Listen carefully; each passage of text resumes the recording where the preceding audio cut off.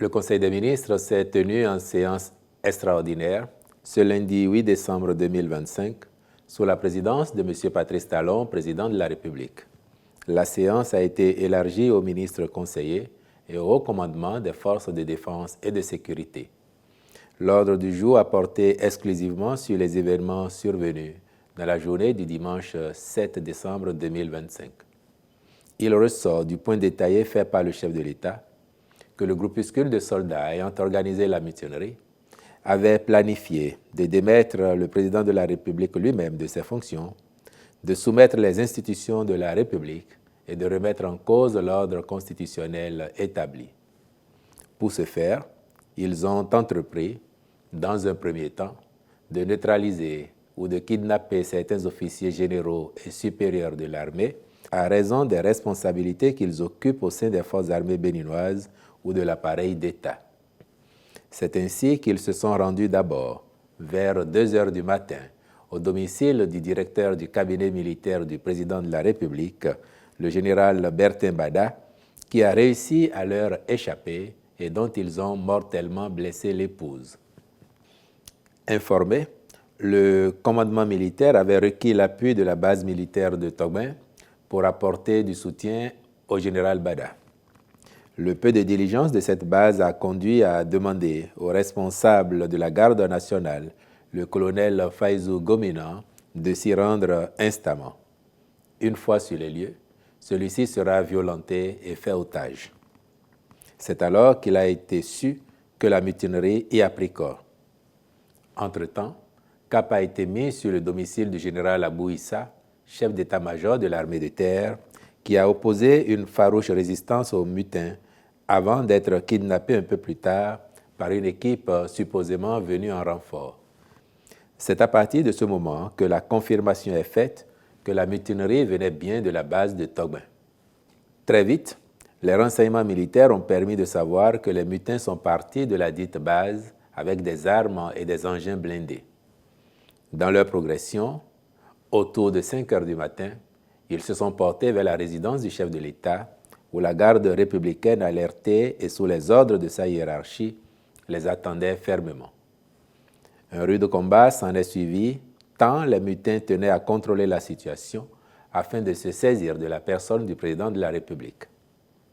Celui-ci, aux côtés des éléments de la garde républicaine, a vécu les violents affrontements en direct avec des victimes des deux côtés, jusqu'à ce que les assaillants, débordés par la farouche résistance des soldats loyaux, battent en retraite. Mais, tenant à exécuter la suite de leur plan, les mutins se sont dirigés vers la télévision nationale qu'ils ont contrôlée pendant un bout de temps, y faisant une déclaration avant d'en être délogés par l'armée loyale.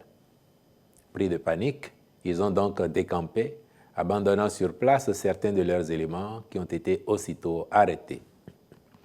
Pour autant, les soldats mutins n'avaient pas résolu de jeter les armes. Loin s'en faut, puisque quelques instants après, ils ont essayé d'ouvrir d'autres fronts, notamment à la base militaire de Togben, où ils disposaient encore de blindés. Rapidement, l'armée républicaine, renforcée par les casernes voisines, a encerclé la base, rendant tout mouvement des mutins impossible et se tenait prête à donner l'assaut final. Mais celle-ci étant au cœur d'une zone d'habitation, le chef suprême des armées et le commandement militaire ne voulaient pas que s'y déroulent des affrontements à l'âme lourde, au risque de faire de nombreuses victimes collatérales dans le rang des populations. Il a été alors décidé des frappes aériennes ciblées, chirurgicales, sans exposer les quartiers environnants de Togben et Fidjrosset, de même que des victimes innocentes du côté des militaires.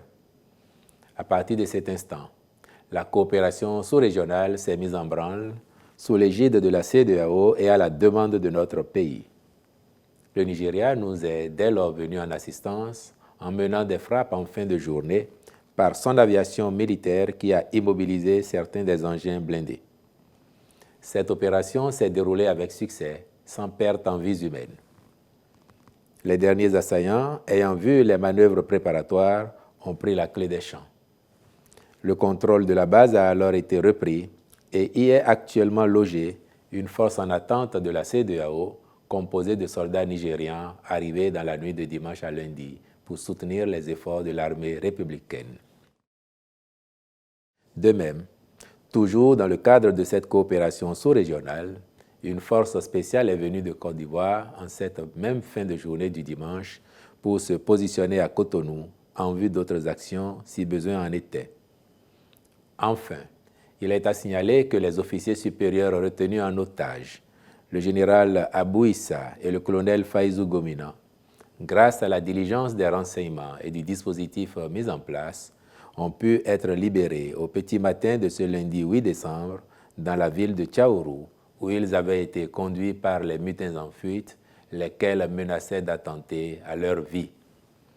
Au regard de la gravité des faits, le gouvernement a observé une minute de silence en mémoire de ceux qui ont perdu la vie, exprimé son soutien aux blessés, puis ordonné que les enquêtes déjà ouvertes permettent d'identifier tous les auteurs et leurs commanditaires, quels qu'ils soient, de situer les responsabilités afin qu'ils en répondent, d'évaluer les dégâts matériels, y compris ceux collatéraux, subis par des civils et d'envisager une réparation par l'État.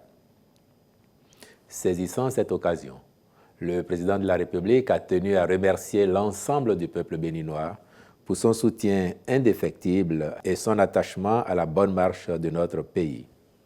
Il a félicité notre armée et ses responsables qui ont su montrer leur loyauté et leur sens du devoir républicain, puis instruit afin que les familles de ceux qui se sont sacrifiés en défendant la patrie soient assistées convenablement. De même, il s'est félicité de la solidarité des pays de la CEDEAO, en particulier le Nigeria et la Côte d'Ivoire.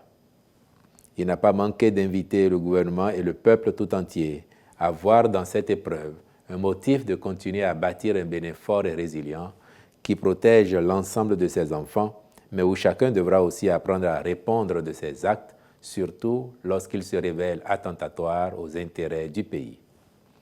Enfin, il a affirmé sa conviction que notre pays va poursuivre sa marche vers le progrès et que nous devons tirer tous les enseignements de ces événements pour qu'ils ne se reproduisent plus jamais. Je vous remercie.